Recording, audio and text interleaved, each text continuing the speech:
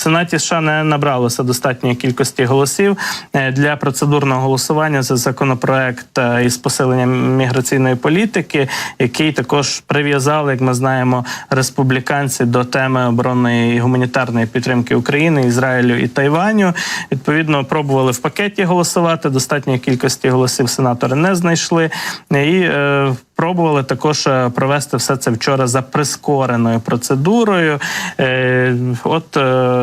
Цей двопартійний законопроект про безпеку кордонів на суму $118 мільярдів, який передбачає надання Україні 60 мільярдів на допомогу, 14 мільярдів Ізраїлю, не був проголосований. Не був проголосований він ані в Сенаті, ані в Конгресі, в Палаті представників мається на увазі. Там спікер якраз з числа республіканців, спікер Палати представників Майк Джонсон заявив, що не поставить на голосування такий проект закону, бо стало зрозуміло, що він не набере достатньої кількості підтримки і з-поміж сенаторів, республіканців.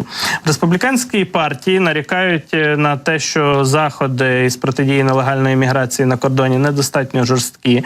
Це кордон, йде мова між Мексикою і Сполученими Штатами, і треба вивчити ще додатково документ, який готується, який кілька місяців вже готували в умовах максимальної секретності, і досі республіканці знаходять все нові і нові причини за нього не голосувати. Ну, маємо, власне кажучи, позицію також лідера більшості у Сенаті Чака Шумера. Він представляє демократів, але демократи мають от якраз більшість у Сенаті, у Верхній Палаті представників. Як далі планують діяти от їхні представники? І до республіканців справді шукають підходів, намагаються їм запропонувати і пакетне голосування, і окремо голосування, розділити, власне кажучи, питання кордону, імміграційної політики і оборонної підтримки Ізраїлю і України. І так домовляються, поки що не виходить ніяк. Ну, але послухаємо якраз пряму мову Чака Шумера стосовно того, що у них там у Сенаті відбувається. Спочатку республіканці заявили, що вони голосуватимуть за допомогу Україні та Ізраїлю лише разом з питанням кордону. Потім вони сказали, що не будуть голосувати ці питання одним пакетом. Тож ми дамо їм обидві можливості. Ми сподіваємося, що вони таки досягнуть позитивного рішення. Ми ж чули заяву Трампа, що йому потрібен хаос на кордоні, оскільки він вважає, ніби це допоможе йому на виборах. Отож, нам потрібні обидві опції. Потрібні обидві опції, і будуть пробувати імпровізувати і так домовлятися. Як піде, подивляться, але, власне кажучи, поки що не проходить жоден варіант, ані вкупі, ані окремо. Президент Байден вже відреагував на блокування в Сенаті законопроекту з допомогою Україні.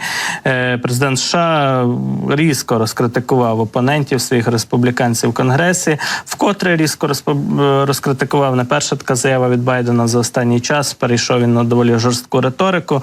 І сказав президент Сполучених Штатів, що ніколи він собі не міг подумати, що побачить щось подібне до того, що ми бачимо зараз на Капітолійському пагорбі.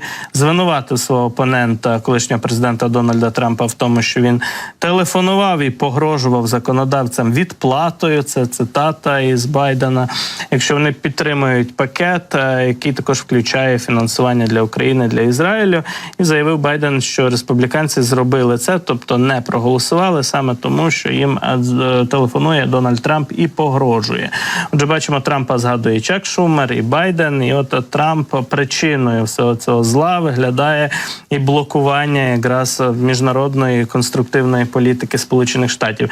Є в нас думка і посла України Оксани Маркарової стосовно того, як далі будуть розгортатися події.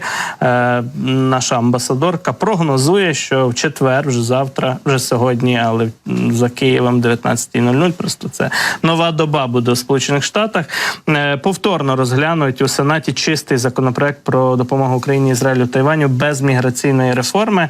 Ну, принаймні, такий допис з'явився у соцмережах Оксани Маркарової, що, мовляв, голосування таки повернуть, але от уже у новому форматі розділять питання кордону, питання, власне, України, Ізраїлю. Ну, там були ініціативи від республіканців взагалі подробити це окремо за Ізраїль, потім колись за Україну і так далі, але це в Палаті представників. Коротше кажучи, поки що все надзвичайно заплутано.